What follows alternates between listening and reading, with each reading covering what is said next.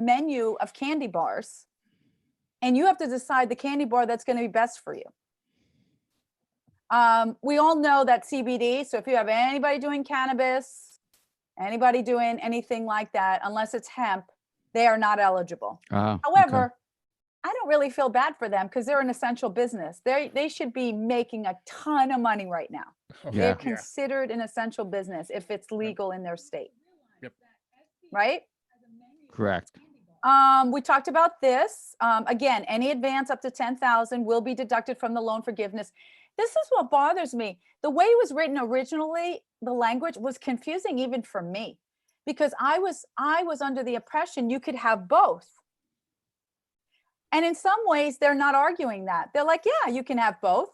We're going to give you the 10 Twixes, and we're just going to reduce the number of peppermint patties. That's what they're doing. What? This stuff's getting me hungry, this talk. I'm sorry. But doesn't it help the mind better if we say it this way? Yeah. I think so. That's kind of like that. Yes, we have no bananas. Like, what? Wait a minute. What? Yeah. Yeah. And remember, don't touch the Twizzlers if you want peppermint patties, because you're not going to get it. So here's the other thing. What counts as payroll costs? So this is just when they're doing the payroll. Are independent contractors I use for my business including the payroll? The answer is no, because if you're an independent contractor getting a 1099, you should be doing your own PPP. Okay. There you go. Right? Yeah. So all of the loans fall under this PPP program. You just have to figure out the way to fill out the documentation. There's two loans. There's the PPP loan. Well, it's basically a forgivable unless you don't spend the money on what you're supposed to. Then it becomes a loan, which you don't want, right? Yeah. And then the EIDL is a loan. Now, the cool thing about the PPP is that interest is only 1%. Wow. 1% for your peppermint patty, 3.75% for Twix. So Wow. that's the kind of cool part. Look at this. Okay, how much of the loan will be forgiven? This is what you want to know. You want to know if you have to pay back those peppermint patties. You will owe money when your loan is due if you use the loan amount for anything other than, these are the amounts, payroll costs, mortgage, rent, utilities over the 8 weeks. Remember, you have 8 weeks to spend it. However, the 8 weeks began, it's generally like February 15th till June 30th. Most people aren't going to get their money until May. So they're probably going to use all of it up like May and June, unless they can go back, right? Due to likely high subscription, is anticipated that not more than 25% of the forgiven amount may be for non-payroll costs. I've told my clients to use it all for payroll because you're probably going to not have even enough for what your typical payroll expenses are. Yeah, no doubt. Check this out though.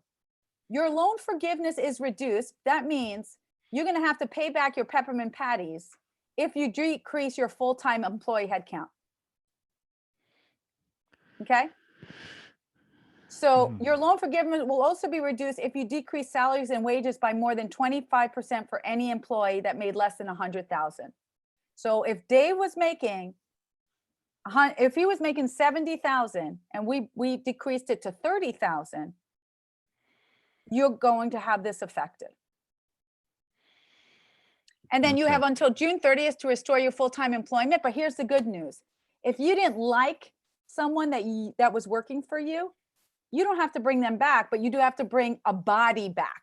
Does have to be a body, a breathing body. Once again, I'm nervous when you're talking about bodies. See, I she's know. talking out again. Yeah, in case it's someone who might be doing what she does. Yeah. Now, this is really interesting. Can I apply and receive the PPE if I'm not a U.S. citizen or lawful permanent? We don't have a definitive answer. I think it's going to be U.S. citizen or permanent resident, but I don't know. Oh, this one is cool. Will the SBA be pulling credit reports on applicants? Yes, they will be. But we talked about this. We talked about that they're going to be pulling it, and it is going to at some point affect your credit score. Wow. Yep. So what other questions came up from their perspective? No, Uh, I mean, I did a lot of the, again, these are people who are just starting businesses out. They're just working through the facts. So they weren't sure. They for some reason, and the way you just explained it is exactly right. They for some reason were thinking that, they were forgotten. Like there was no way for them to No. apply. But just as you went through just those couple paragraphs, I'm like, it's right there. Yeah. The good news is every inventor, if they have somehow, that's where the question's going to be. And I'm still a little bit uncertain on this, but how are they going to decipher that the owner's draw you took out was part of your salary? I think that's where it gets really tricky. It's so much easier if you have payroll, but how many of us are sole proprietors or limited LLCs that we don't draw that way? That's right. 100%.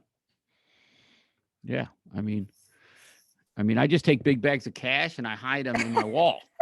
I mean, did I say that on Yeah. yeah. And I love that the government is doing this, I really do. It does say, again, sole proprietors, gig economy, self-employed can get the PPP loan, but I haven't figured out how they're going to decipher that. Is that, they say through net income, but what if you had a net loss? What if you Which had a is net loss last year, which is not unreasonable? definitely not. That's I mean, that's actually more reasonable. Right. Like last year for me, because I did my target funding book launch, I put in $50,000 extra. I There had you a go. net loss There you go. because I don't generally say I'm going to put $50,000 every year into doing a book launch. Yep. So don't know. To be These are determined. these are the things that, like you said, because this is happening so quickly, it's being implemented quickly, there's going to be this type of fuzzy gray areas. The Yes. good news is I have an amazing bank officer, Denise. And so I just had a conversation with her 2 days ago, and I'm sending her a bunch of these questions. Oh, And if we can, she's going to answer them, but if we can, maybe get her on here so we can hear directly from what's happening there. She's part of Unitas. So props to Yeah, Unitas. Unitas. And I'll tell you why I'm giving props. Unitas has opened up in our state to offer the opportunity to anybody.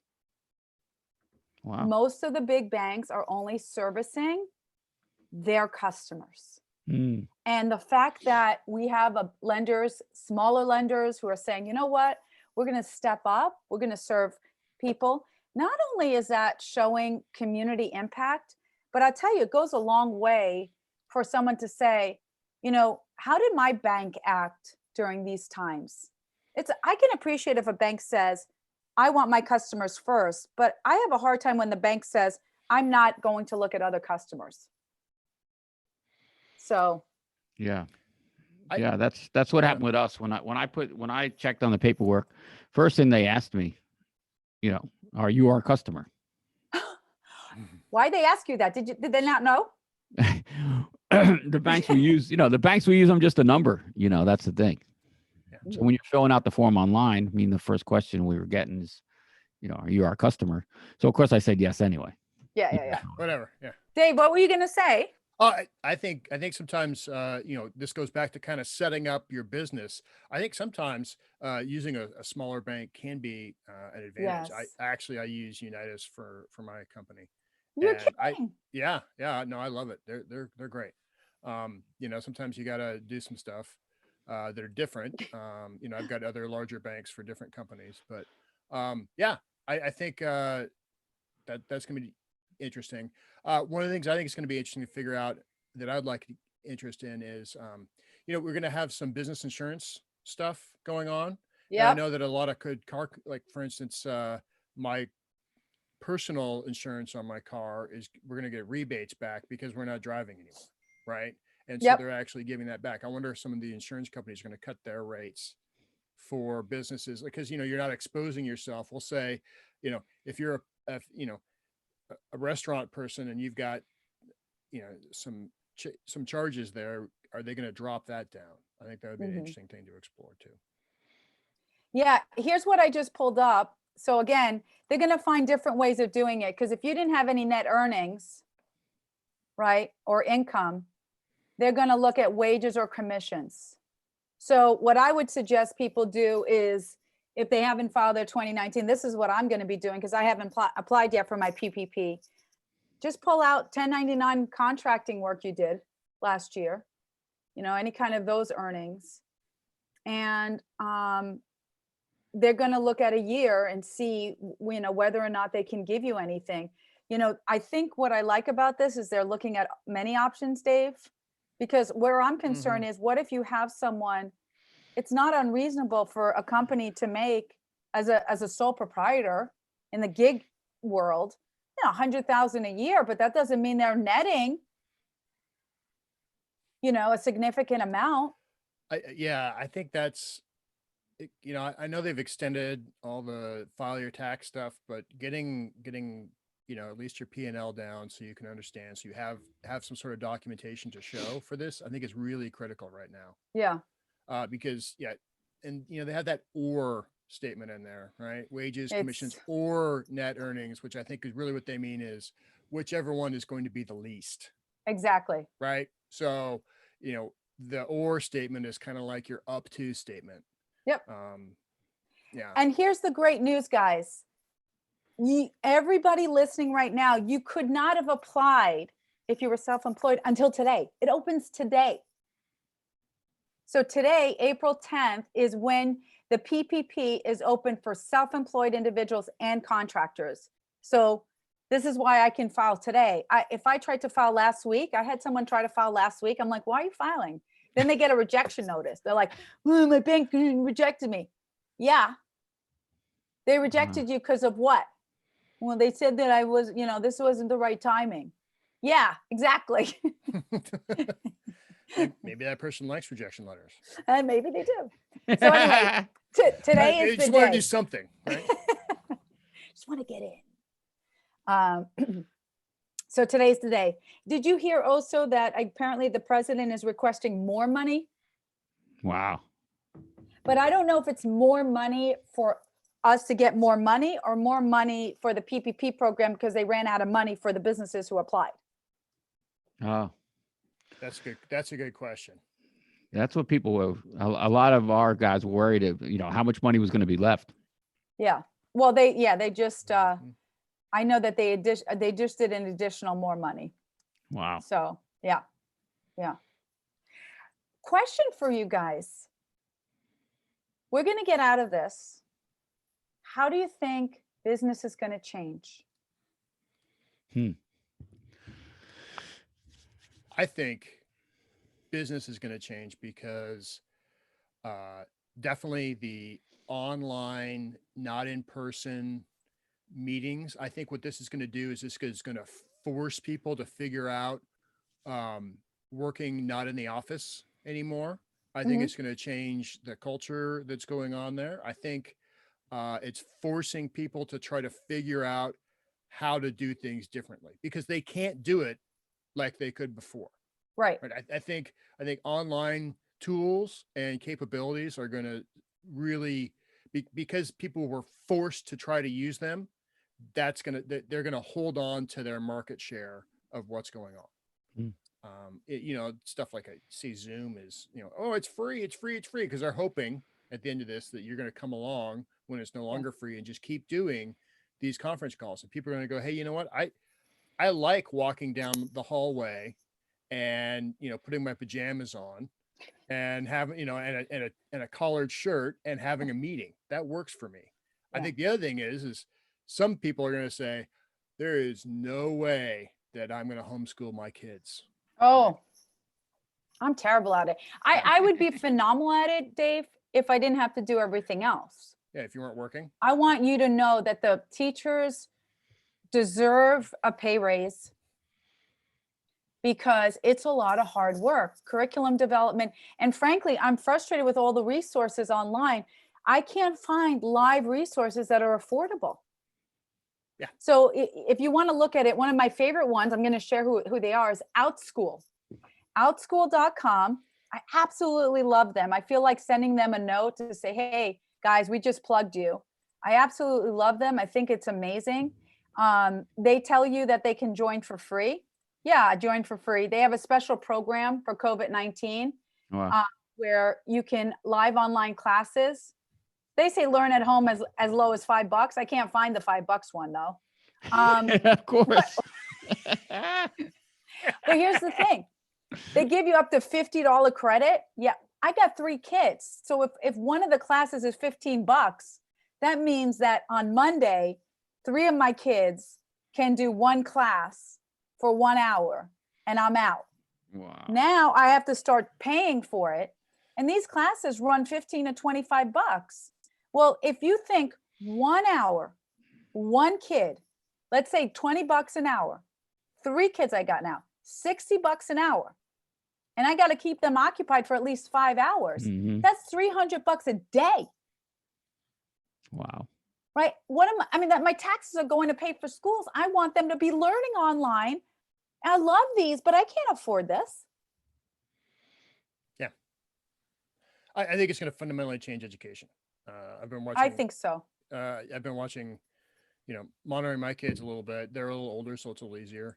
But working with some of the teachers, how they're going to, in some of the school districts that I'm working with right now, how are they making that change? And it's forcing that change down their throat. I mean, they don't, like, you They don't can't say, want to.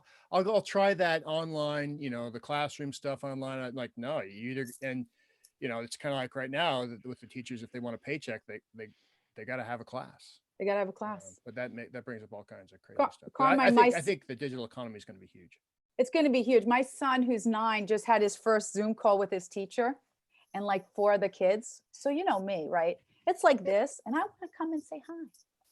My son's grabbing the computer. I love it. I go, Marion, let me say hi. I said, why? Stop embarrassing. I'm at school. I'm at school. I just wanted to say hello. It's like you're popping your head in the classroom. Yeah. It's so funny. Yeah. It was so funny. So he's love already it. having these relationships. I Dave, love here's it. what I heard. You know who's in big trouble? Hmm. College campuses. Yeah. Let's think about that. Guys, do you know how much it costs to manage a college campus? The infrastructure, the maintenance, the landscape, safety, permits. I can't even imagine. I think some of those colleges, Concordia University has been around, 110 years in Oregon, just closed. Yeah. Wow. It's amazing. It's amazing. Yeah. So yeah, I'm going to Online see, model's gonna be tough. it's going to be, yeah. So I think education's going to change. I think more interaction online. I agree with you. I'm really concerned for Main Street. I mean, I don't want to wake up and go to my local community where I belong, Sellwood, and realize that every single food establishment is a franchise. Yeah. Totally agree. So yeah, it's going to be really weird. And then exercise. Notice every other thing on Instagram. It's like, try this exercise, try that exercise. You guys noticing that? Yeah. Dave's like, yeah, I noticed. I just No, but yes. Well, Dave's but I think doing his it's own interesting. exercise videos. I think people like Peloton have they were ahead of their time, because that gives you're at your house. You didn't go to the gym, so you didn't spend a half an hour driving, but you still have that community feel right. of, well, I'm in a class with other people.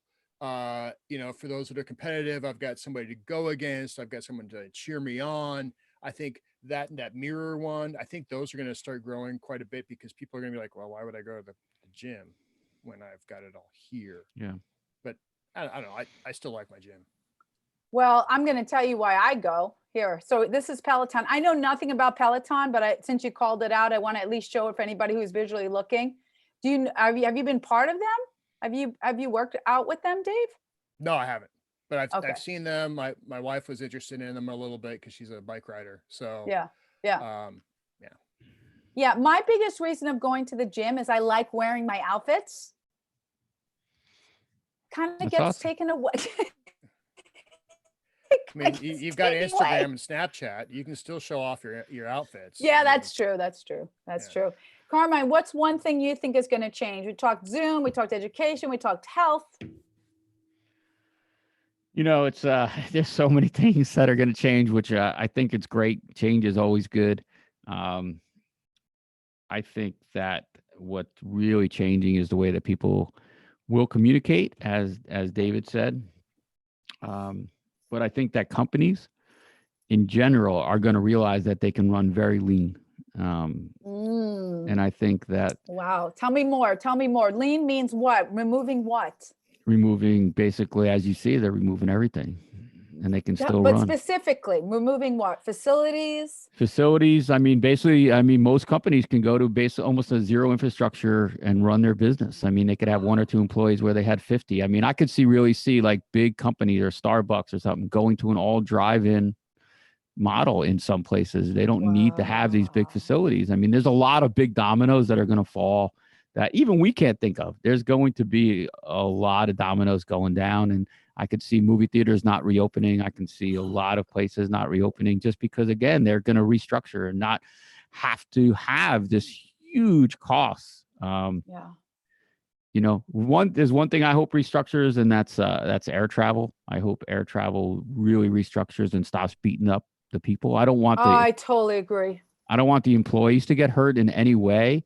But, I used to love traveling when I was younger. It used to be fun, and it's just such a hassle now where you can't even get a bag of peanuts. And they're so rude to you. Sometimes they won't even let me sit with my kids because I didn't set it up and get paid to sit next to them. There's nothing. Yeah.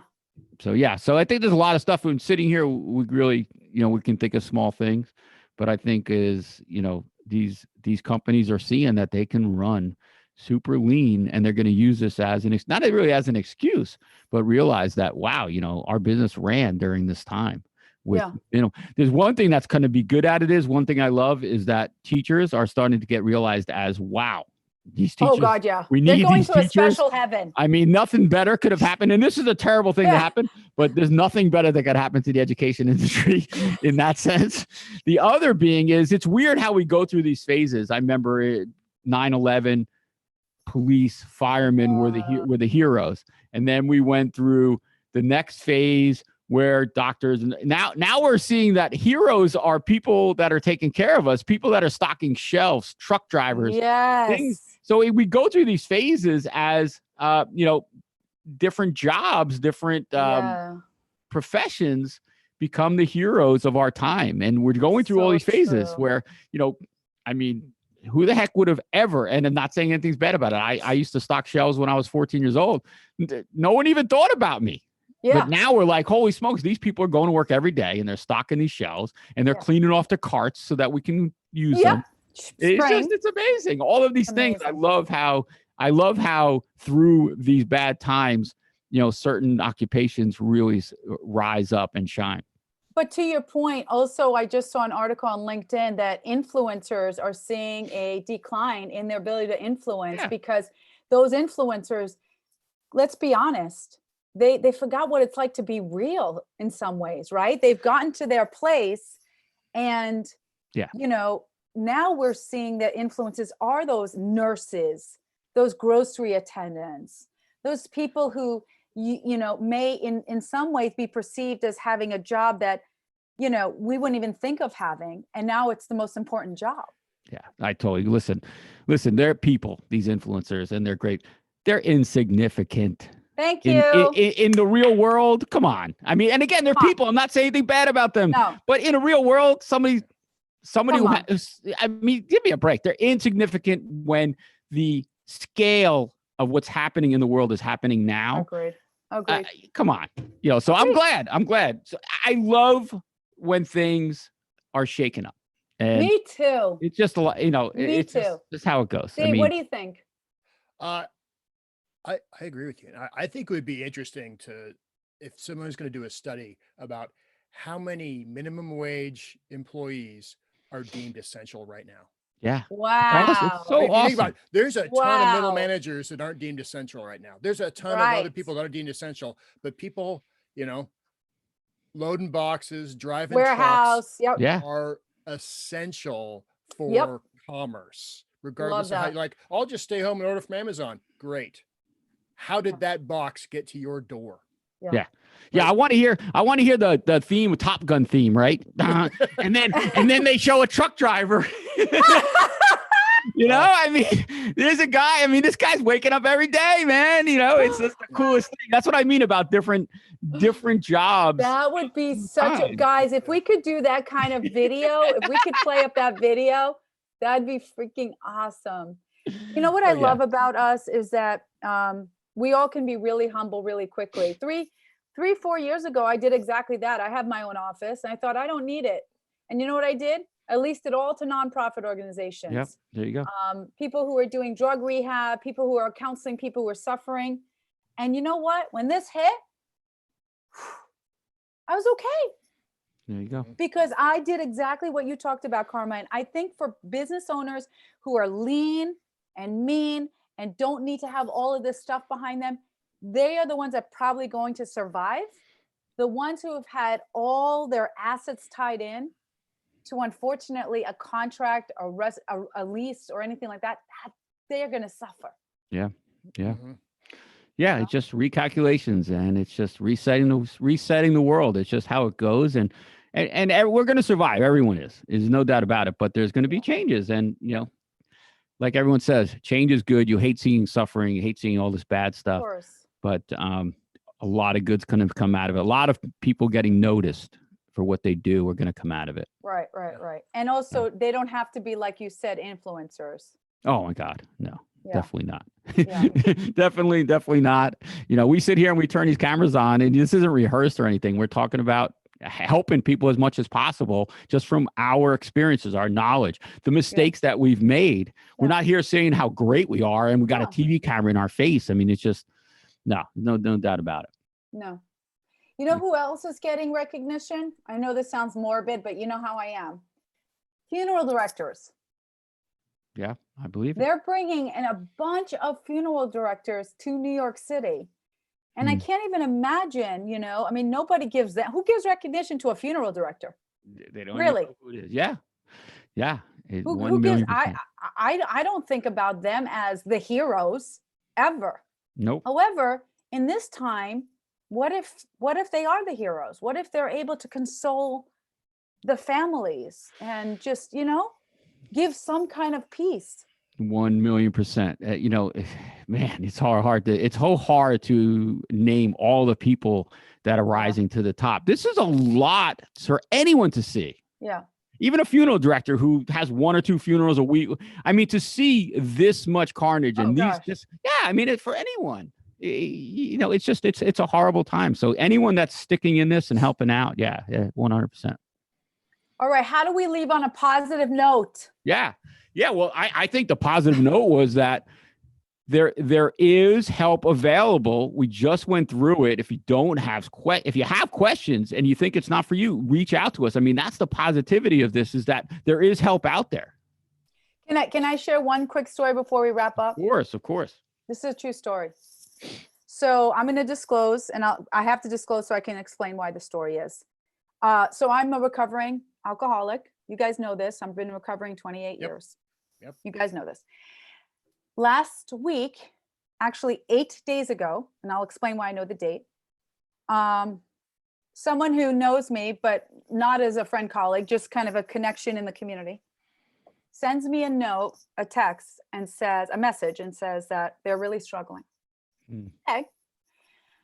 Well, the reason they said that was they had 11 and a half years of sobriety. 11 and a half years. And they were right now drinking. Oh, man. Oh. So here's how the conversation goes. They sent me this text. I say, is there alcohol in the house right now? He says, it is. Where is the alcohol? He says, it's on the bed right next to me.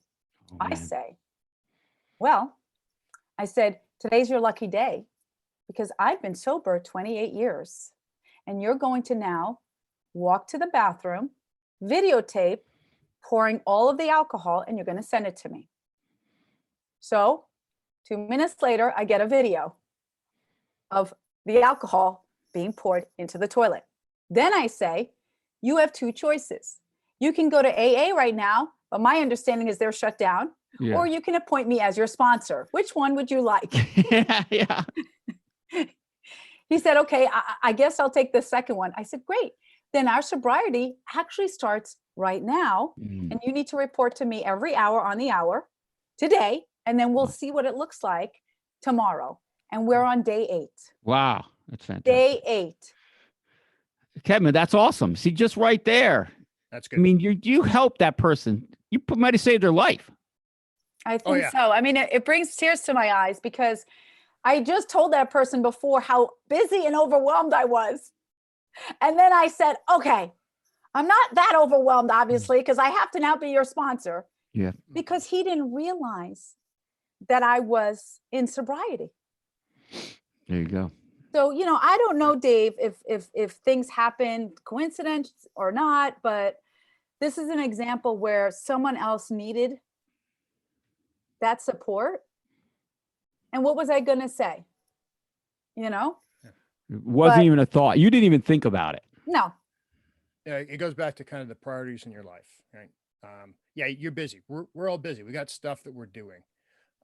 But what's really important, and helping people is really important. Yeah. I totally Especially agree. if it's life and death. Yeah. I mean, that's So awesome. that's a positive. Day 8. Yeah, so that's I super hope to positive. share Super more positive. next week. That's good. Man, I didn't have anything like that. All I talked about was the loan. I mean, Jesus, talk about showing me up. That was awesome. Yeah. You know what? Yeah. What I want everyone to know as we close is everybody's struggling. And if you can help out just in one way, I think it's important. Yeah, I think Yeah. communication, just because you're not with each other, it's alone together, right? Yeah.